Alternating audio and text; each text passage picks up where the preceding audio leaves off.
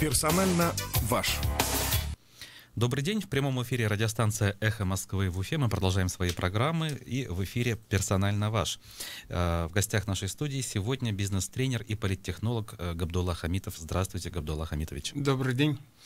У микрофона Руслан Валиев. Я напоминаю нашим слушателям номер для СМС-сообщений, с помощью которого вы можете присылать вопросы нашему гостю.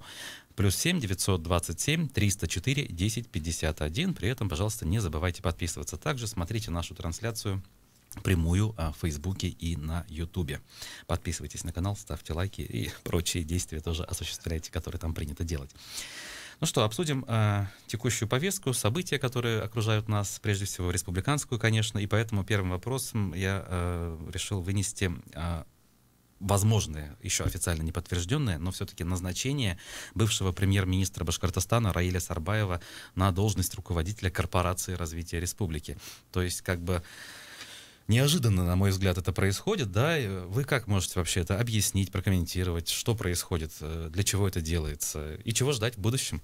Я начну немножко с истории.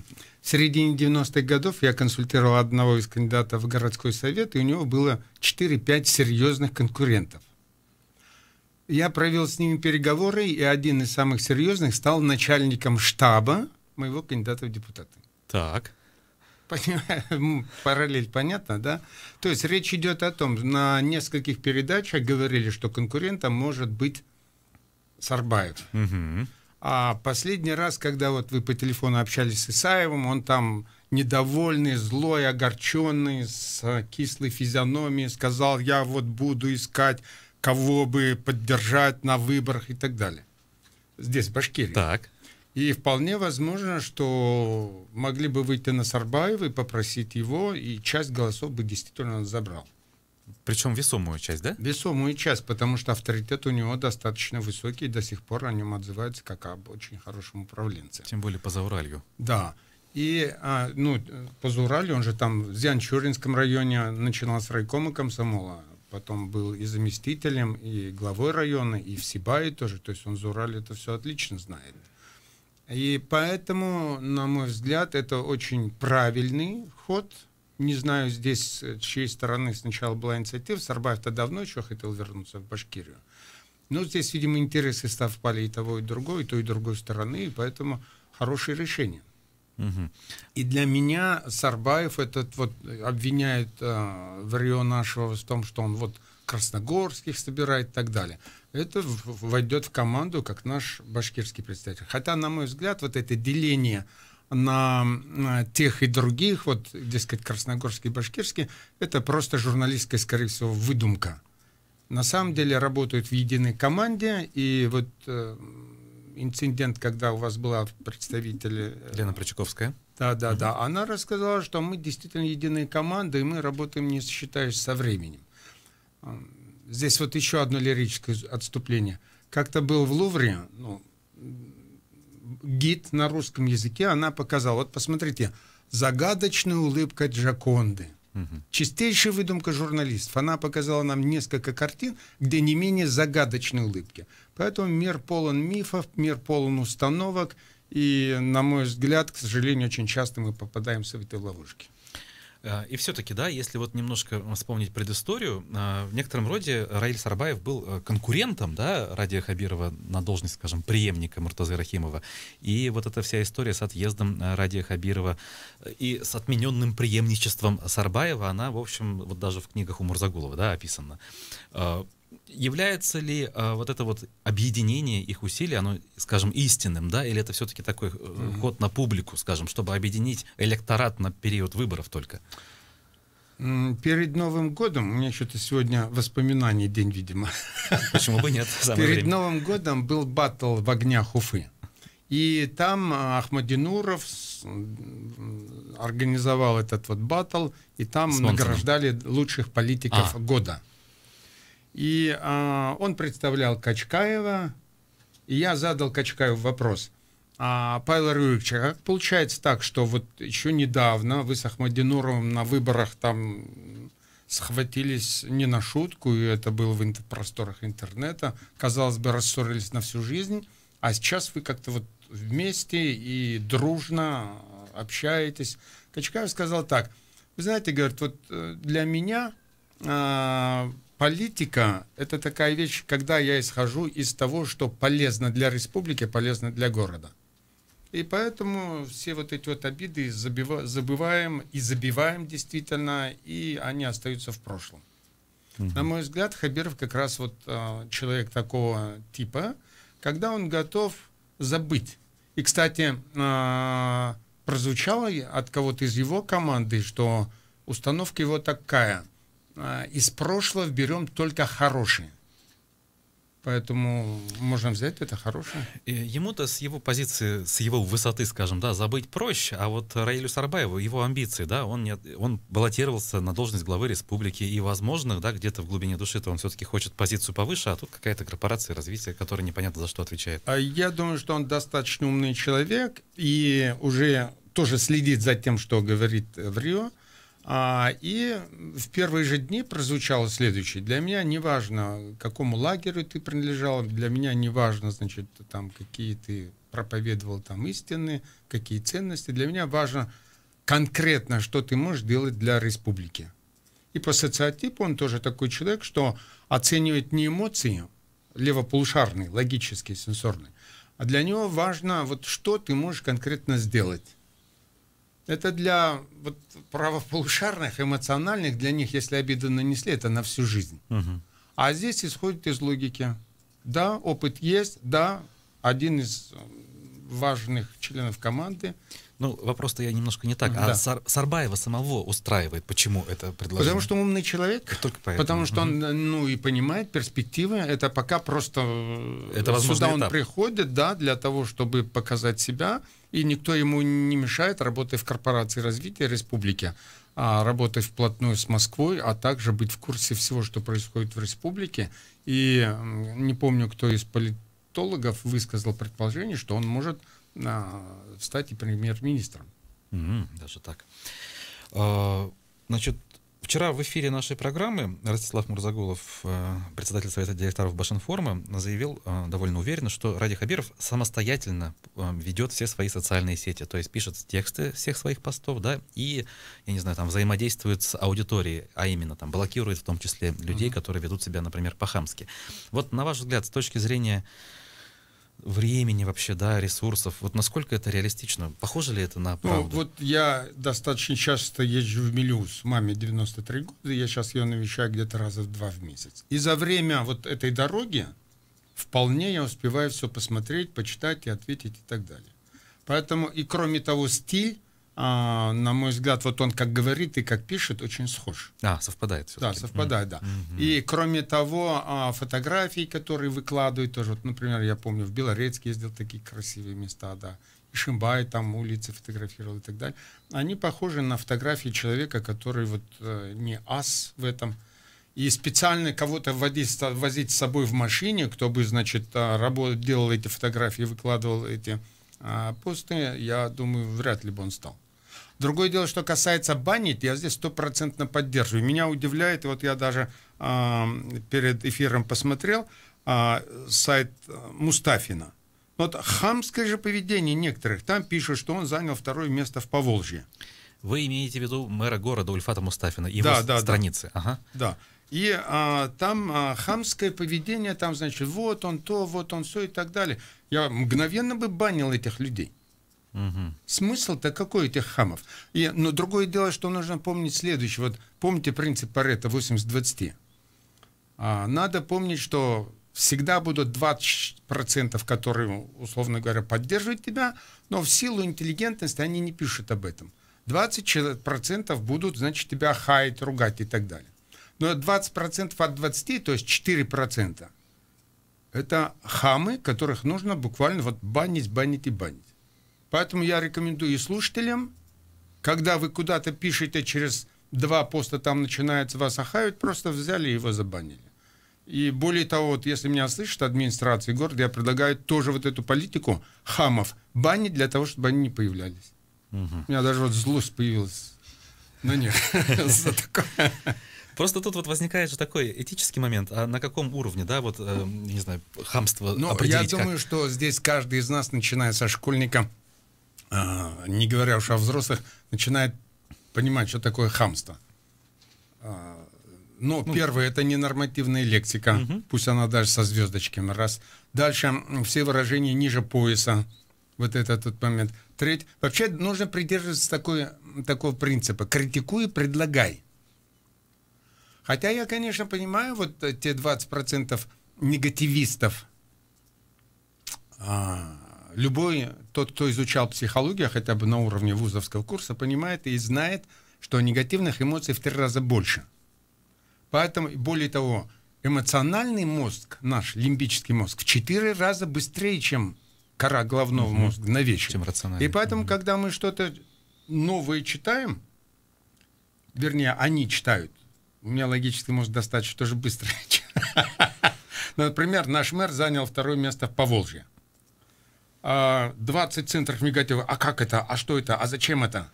Наверное, купил. Вот первая мысль из эмоционального мозга, который прет. И тут же возникает желание написать. написать. Да, и тут же быстро набирает пальцами и так далее. Но Стивен Кови когда еще писал? Не будьте реактивными, будьте проактивными. Сначала подумайте, а потом пишите. Это вот если меня слушают, вот те, кто пишут негатив, сначала подумайте, взвесьте, дайте мысли дойти до коры головного мозга, а потом уже пишите. Сколько времени нужно для этого? Ну, эмоциональный мозг срабатывает мгновенно, а до логического мозга нужно хотя бы 5-7 секунд для того, чтобы подождать, выждать и потом уже спросить. Ну, элементарно. Не ты дурак, время. сам дурак. Вот мгновенно. Если тебе сказали, ты дурак, чуть секунду подумал, говоришь, ты на самом деле так думаешь? Тот по инерции может сказать, да. Ты можешь это обосновать? Ну, не знаю. То есть не нужно быть реактивным, а нужно проактивно и искать за вот этими всплесками, что стоит. И исход совершенно другой, конечно, и совершенно будет. другой, да. Поэтому вывод. Банить негодяев. Еще одна тема, которая возникла совершенно неожиданно, на мой взгляд. Общественное движение «Башкорт» предложило, значит, депутатам Курултая и дальше депутатам Госдумы вернуться к вопросу возвращения 5-й графы в паспорта российские, а именно графы национальности, вокруг которой столько копий было сломано еще в 90-е годы. Наверняка помните, да, что в республике у нас и паспорта новые, последние действующие, долгое время не вводили, потому что все пытались договориться. И, кстати, вот слушатели наши утром, да, мы голосовали очень активно в эфире, 3% поддержали эту идею, сказали, что да, мы хотим, чтобы графа национальность в паспорте присутствовала. На ваш взгляд, нужно ли это? Для меня это странно, 30%, которые могли бы этот. Может быть, как-то аудитория была утром какая-то специфическая. Ну, понятно, что на репрезентативность мы не претендуем. Да, никто из моих близких, знакомых, родственников, друзей не обращает на это внимания. Вот мама, у нее башкирский крови, отец татарин. Никогда у нас не было разговоров на эту тему. Ни у кого из родных знакомых тоже не было. То есть для меня, это нелепость вот, вводить опять-таки эту графу. И мне что писать, значит, это, помните, там красивый и умный, да, вот этот вот. Я башкирин или татарин тогда вот. Не понимаю, зачем это нужно. На мой взгляд, это не нужно, это выдумано, и это создаст лишнее напряжение, лишнее привлечение внимания к этому вопросу. То есть нынешняя ситуация, она правдива. А вот там еще было второе у них предложение, не просто графу национальность ввести, но и сделать дополнительный вкладыш, который, кстати, был у нас в паспорте, да, на башкирском языке, чтобы имя, фамилия, отчество в том числе были написаны на родном языке. Вот, а если эту часть инициативы, вы ее отдельно от графы национальность готовы поддержать? Или это тоже лишнее? Это лишняя бюрократия, эти вкладыши, лишние бумаги куда-то вносить. Ну, может быть, действительно, 3-4% будут гордиться этим, что вот у меня есть вкладыш, как у Маяковского, значит, достаю из широких штанин, да. А для абсолютного большинства это будет обузой. Более того, их будут и терять, потому что они и не нужны. На мой взгляд, это не нужная бюрократическая процедура. Продолжаем наш эфир. +7 927 304 10 51 это номер для ваших смс-сообщений и сообщений в Телеграме.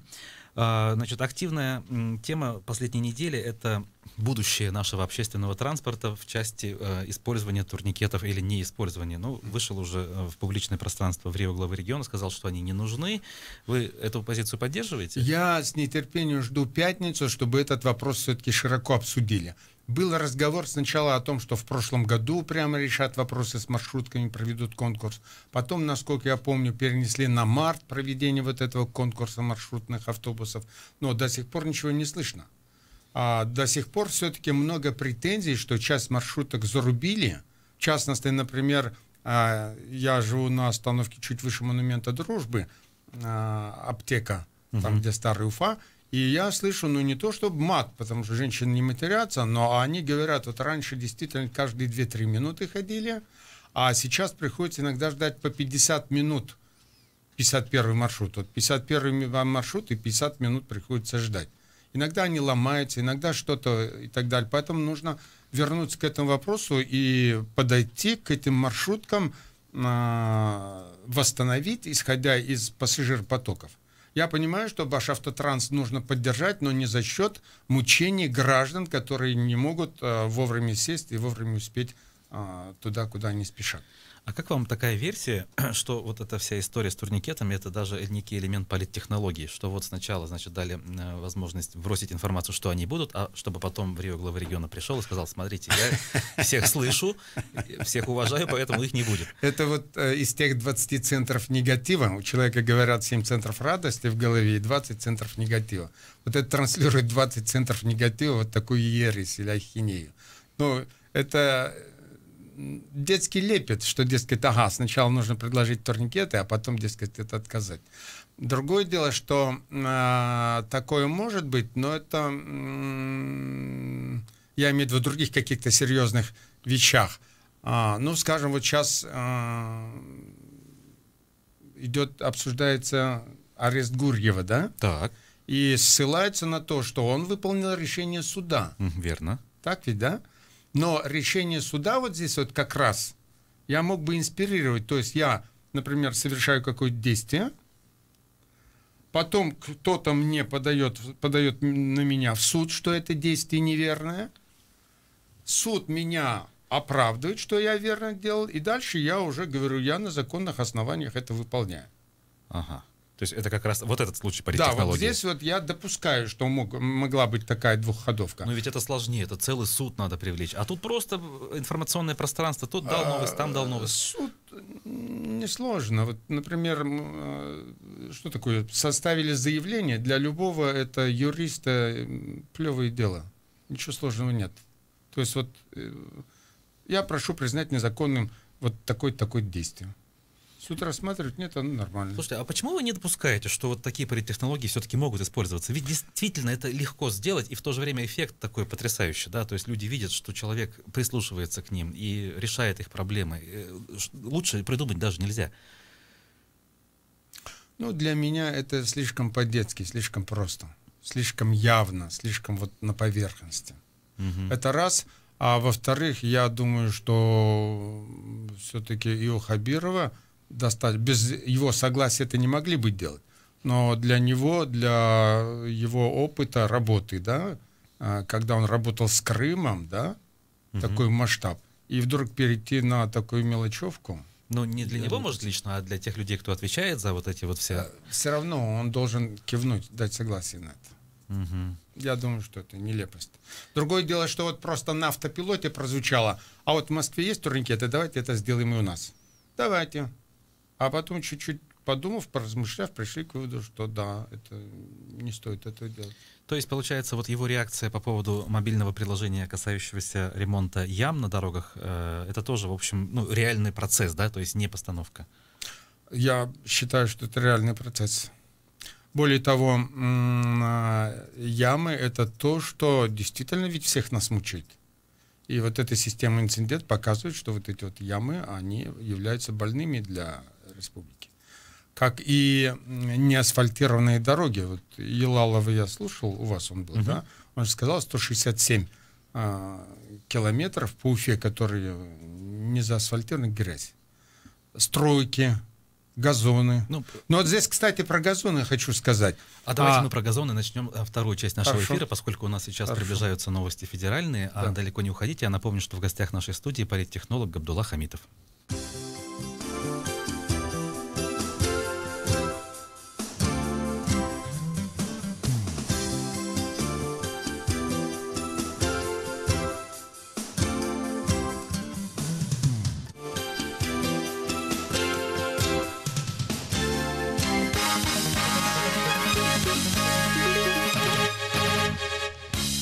11:30 в столице. Краткие новости на Эхе. В студии Оксана Пашина. Здравствуйте. В Минске у мемориала в Куропатах рабочие демонстрируют кресты, установленные в памяти о жертвах сталинских репрессий. Как сообщает белорусская служба «Радио Свобода», все подъезды к мемориалу заблокированы, уничтожено уже около сотни крестов. В первую очередь те, что видны с правительственной трассы, по которой каждый день ездит президент Лукашенко. Люди в штатском, а также ОМОНовцы задержали активистов, которые пытались записать на видео уничтожение мемориала. Месяц назад Александр Лукашенко заявил, что Куропаты приведут в порядок. Он также сказал, что белые кресты ему не нравятся. Это демонстрация, а я против такой демонстрации. Ранее Лукашенко также говорил, цитирую, «Какая разница, кто и кого там расстреливал». Правозащитники попросили Следственный комитет и Генпрокуратуру проверить информацию о пытках одного из фигурантов дела о теракте в питерском метро. Об этом пишет газета «Коммерсант». Мухаммад Юсуп Ирматов рассказал, что его похитили 5 апреля 2017 года, а по документам он был задержан 11 мая. По словам Ирматова, после похищения его заковали в цепи, надели на голову мешок, а затем отвезли в подвал, приковали к батарее и пытали током, добиваясь признания. Ранее еще два фигуранта дела, братья Акрам и Аброр Азимовы, также рассказывали о пытках в подвале. Всего в деле 11 фигурантов, все они отрицают свою вину. Сын главы Роскосмоса Дмитрия Рогозина Алексей покинет руководство Объединенной авиастроительной корпорации. Об этом сообщают газета «Коммерсант» и ТАСС со ссылкой на источники. По информации газеты, пост вице-премьера по транспортной авиации, который сейчас занимает Алексей Рогозин, будет упразднен в рамках оптимизации.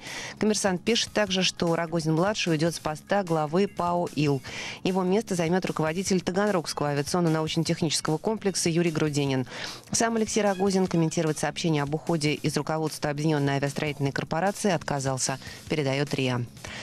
Счетная палата впервые обнародовала план своих проверок. В этом году будет проведен аудит Роскосмоса, а также ряда национальных проектов.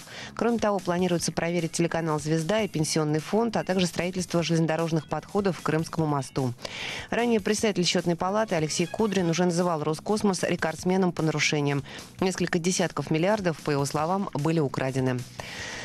Власти Дагестана выступили с открытым письмом против одностороннего определения границ с Чечней, но через несколько часов удалили свое обращение с сайта парламента. Об этом пишет издание «Кавказский узел». Послание было адресовано полпреду президента в Северо-Кавказском федеральном округе Александру Матовникову, главе Росреестра Виктории Абрамченко и спикеру чеченского парламента Магомеду Даудову. Его подписали премьер-министр Дагестана и представитель Народного собрания республики. В письме говорилось, что управление Росреестра по Чечне поставило на свой учет приграничный участок, который входит в состав Кизлярского района Дагестана и города Кизляр.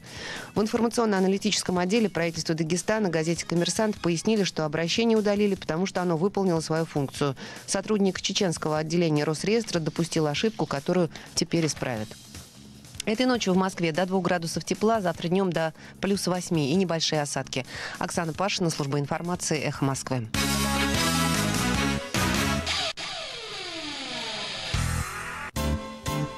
16 апреля в зале White Hall поэт, публицист и литературный критик Дмитрий Быков расскажет все о русском анекдоте как о литературном жанре. В программе интересные вопросы, неожиданные ответы и встреча с единомышленниками. Начало лекции в 19 часов. Билеты на сайте прямая.ру и в кассах кассир.ру. Справки по телефону 8 917 348 03 50. Организатор лектории «Прямая речь». Возрастная категория 18+. Eventology 2019. Конференция по событийному маркетингу и креативу. Ключевые профессионалы отрасли, резонансные кейсы, эффективные стратегии. 25 апреля. Краун Плаза Уфа Конгресс Отель. 246 46 52 246 73 74. 18+. Телефон рекламной службы «Эхо Москвы» в Уфе. 216 35 99. Будет реклама, будет и эхо. На то мы и партнеры. «Эхо Москвы» в Уфе и общественная организация «Берземлек» представляют рубрику «Говорим по-башкирски». Ветер. Ель. Сильный ветер. Көсле ель. Сильный ветер. Көсле ель. В Уфе сильный ветер сорвал крышу спортзала и повалил дерево. Өфеле көсле ел спорт залының қиығын осырған һәм ағас аударған. В Уфе сильный ветер сорвал крышу спортзала и повалил дерево. Өфеле көсле ел спорт залының қиығын осырған һәм ағас аударған. Эхо Москвы в Уфе и общественная организация «Берзямлек» представляют рубрику «Говорим по-башкирски».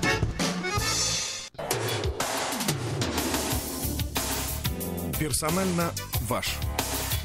А мы продолжаем программу «Персонально ваш» на Эхе Москвы в Уфе. У микрофона Руслан Валиев. Вместе со мной в студии персонально ваш политтехнолог Габдулла Хамитов. И номер для ваших смс-сообщений +7 927 304 1051.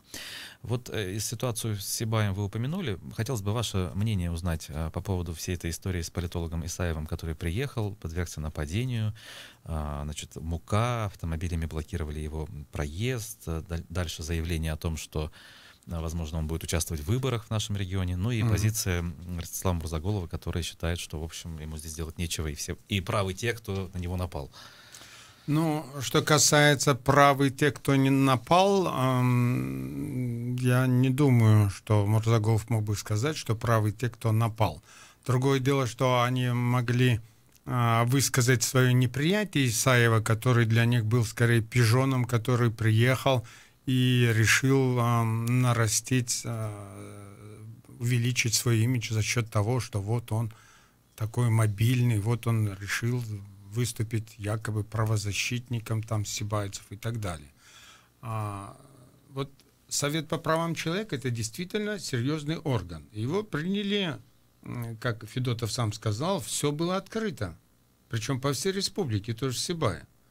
А если вот я тоже поеду в Сибай и буду говорить, что вот я ваш защитник и так далее, и спекулировать на их проблеме, поэтому, на мой взгляд, то, что высказали негативное к нему отношение, на мой взгляд, правильно. То, что касается его обсыпали мукой, ну, я не знаю, кто там из местных догадался до таких вот вещей, но не яйцами же закидали все-таки, здесь муку отряхнул, и все, не так обидно. А сам Исаев тоже, я слушал вот ваш разговор по телефону, судя по интонациям, он обижен да нельзя, и у него просто сейчас чувство вместе, что, в общем-то, его тоже не красит. Мог бы тоже посмеяться, пошутить над этим, сказать, да, тут погорячились и они, и я.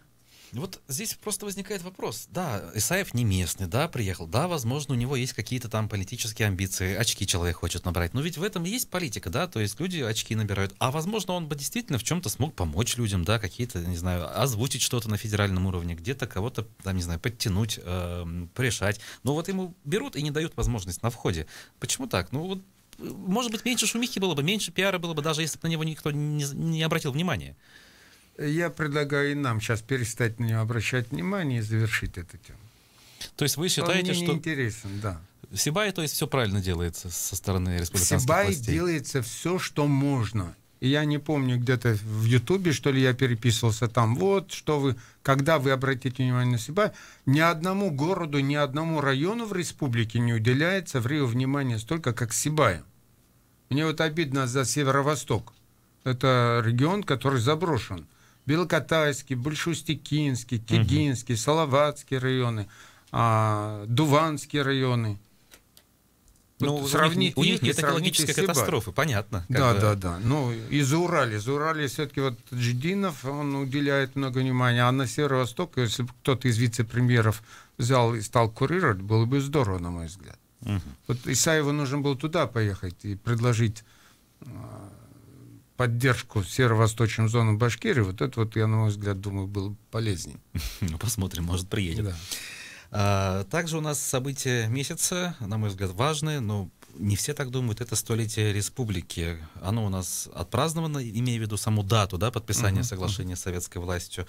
Но есть мнение, что это прошло тихо, незаметно. Город не завешен плакатами, баннерами, как у нас часто это бывает. Есть ощущение такое, что, в общем, для общественности, значит, власть не хочет эту тему муссировать, да, и вообще поднимать какую-то дискуссию на тему важности вот этого договора, тему важности суверенитета, каких-то прав. Насколько я помню, вот эти всякие там чтения, всякие вот эти научные, исторические, вот эти, они прошли. Они прошли в университете. Ученые не жалуются. Да, вот они все это провели и так далее. А я думаю, что абсолютно большинство жителей Башкирии как-то вот далеко от их интереса вот эти всякие исторические вот вещи. Поэтому, на мой взгляд, не было излишнего вот этого муссирования столетия, не было излишнего внимания. На федеральном уровне хорошо, что привлекли внимание, что, услышали, увидели о Башкирии, посмотрели там ролик, состоялись встречи, выделены были деньги, и кому интересно, вы можете послушать, посмотреть запись с Елаловым, он там прям называет, куда, какие деньги были получены.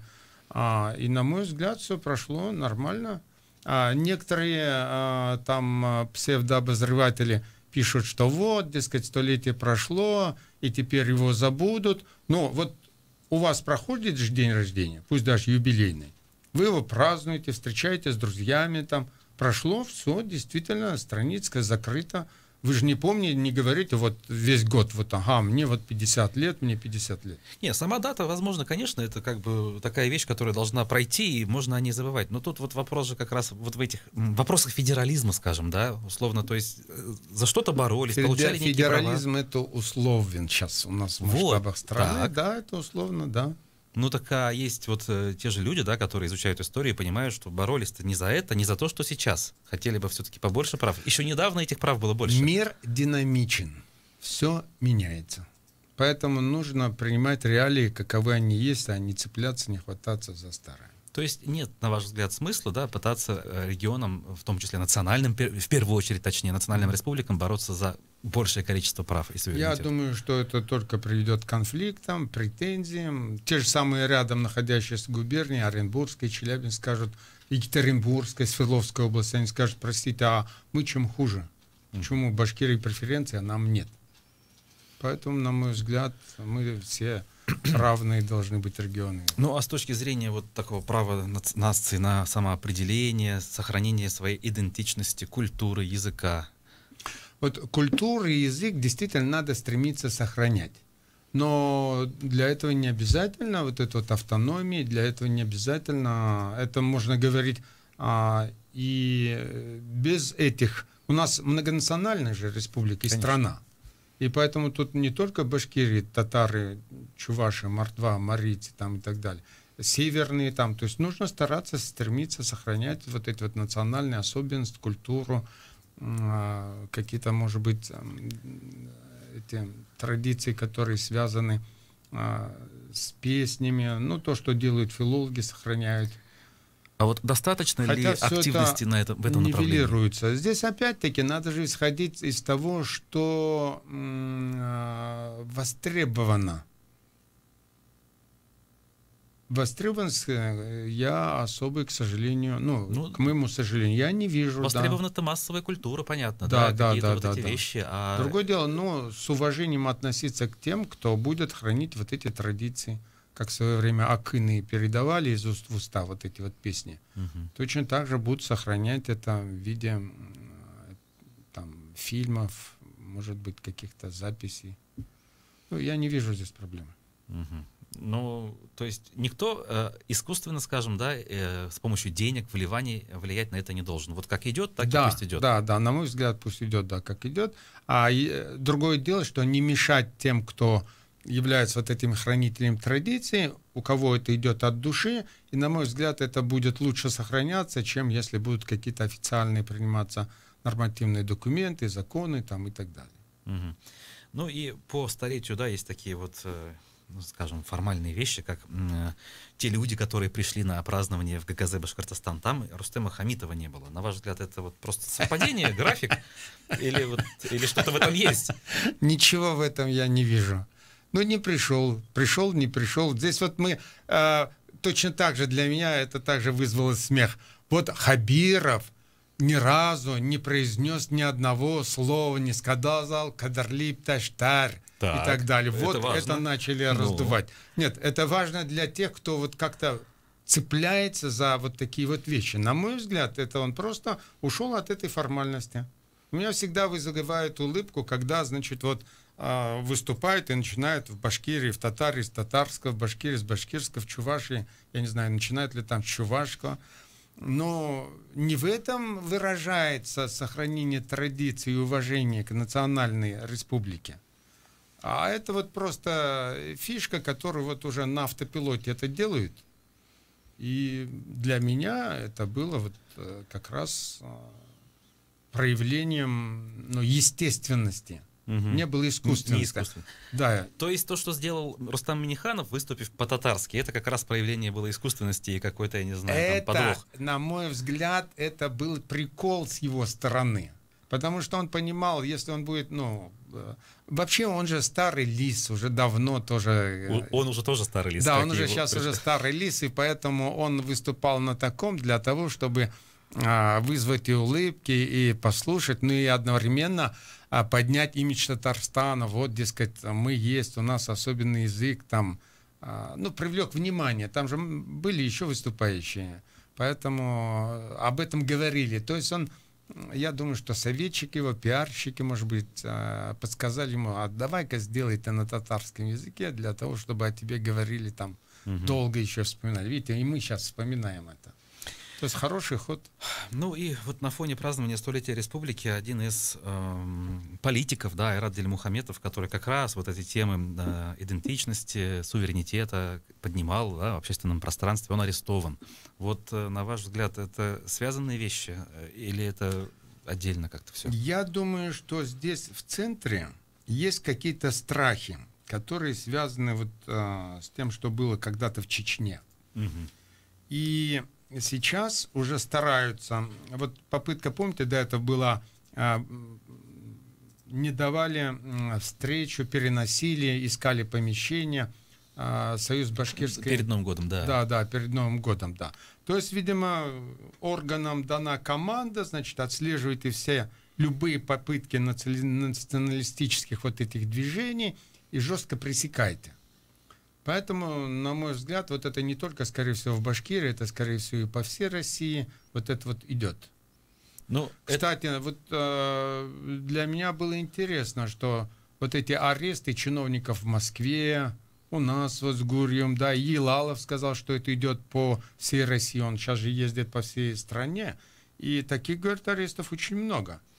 Но это как бы другого плана немножко дела, то коррупция, да, а здесь как бы вопросы национальные. На мой взгляд, вот две вещи, они идут, то есть даны правоохранительным органам команды. Первое, это значит, вот демонстрируйте борьбу с коррупцией, а второе, любые попытки проявления национализма тоже подавлять к ногтю. Вот вы интересно сказали, демонстрируйте борьбу с коррупцией. Именно демонстрируйте или боритесь с реальной коррупцией? На мой взгляд, это все-таки демонстрации. В свое время, давным-давно еще, Гоголю дали заказ написать комедию «Ревизор».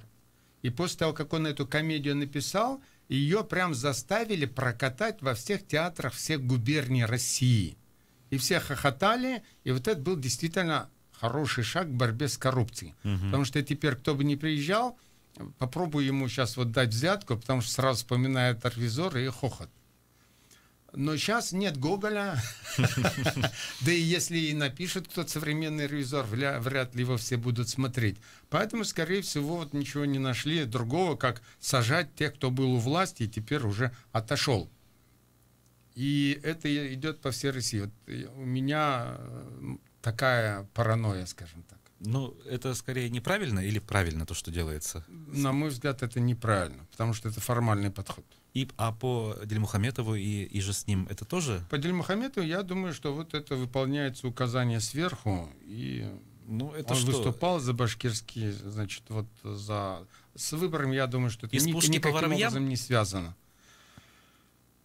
Ну, скажем так, вот есть же фраза «бей своих, чтоб чужие боялись». Ну, здесь вот она не совсем подходит, но смотрите, вот будете слишком зарываться или слишком отставить национальную идею, с вами произойдет то же самое, что и с Айратом.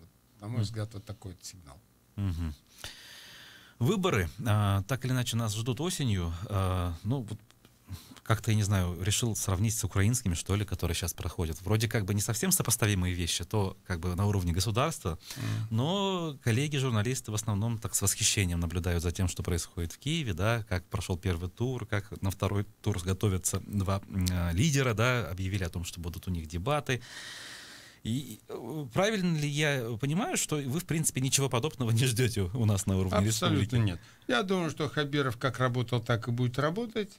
То есть также он будет вникать в конкретные вот ситуации, которые будет инцидент выдавать. То есть у него не будет такой программы, как вот я шутил, Рустем Закиевич Хамитов, у него и слоган был РЗХ: работа, зарплата, хата. Ну, то есть работа, зарплата, жилье. Он сказал, вот 3 вещи, на которые я буду уделять максимум внимания. Ну, насколько ему удалось, жители сами могут судить республики. Здесь в данном случае у него нет вот этого слогана, хотя я его ждал, вот этого месседжа, послания.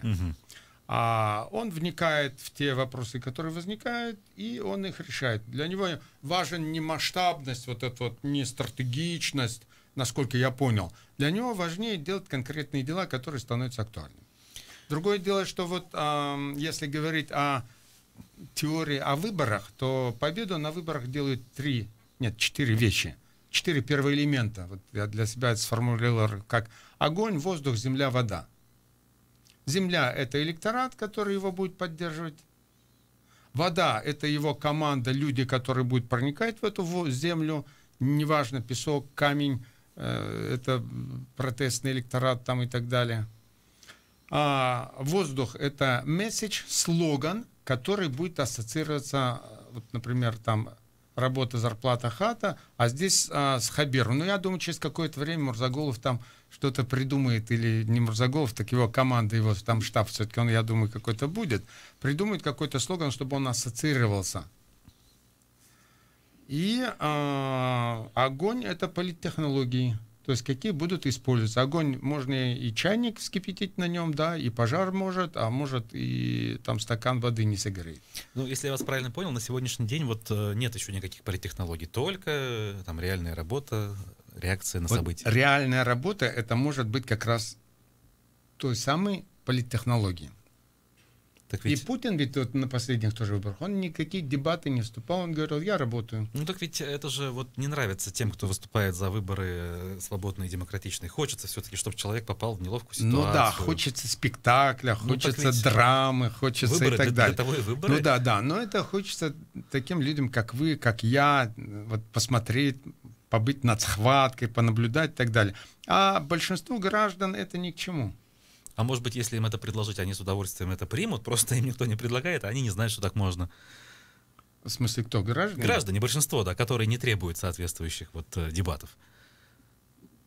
Если ведь им предложить, сказать, завтра у нас там выборы президента, и Владимир Путин схлестнется в дебатах там с конкурентом, предположим. Ну, Путину это может быть и интересно, да. А что касается дебатов Хабирова с кем-то, не знаю, не думал. Опять же, да, вот мы с вами в тупике, потому что, наверное, конкурентов мы не знаем. Ну да. А почему так происходит? Почему конкурентов-то нет? А конкурентов потому что нет и на уровне России. Все, которые были, их как-то вот потихонечку они замолчали, отошли в тенек. То есть это скорее плохо? Скорее это плохо. Это плохо, потому что не дают возможности вырасти. И создается впечатление, что некого выбирать. Вот, на мой взгляд, в свое время, когда Медведев стал президентом, да, это очень хорошая кандидатура была Иванов, министр обороны. Умный, светлая голова, да. Но нет, его задвинули.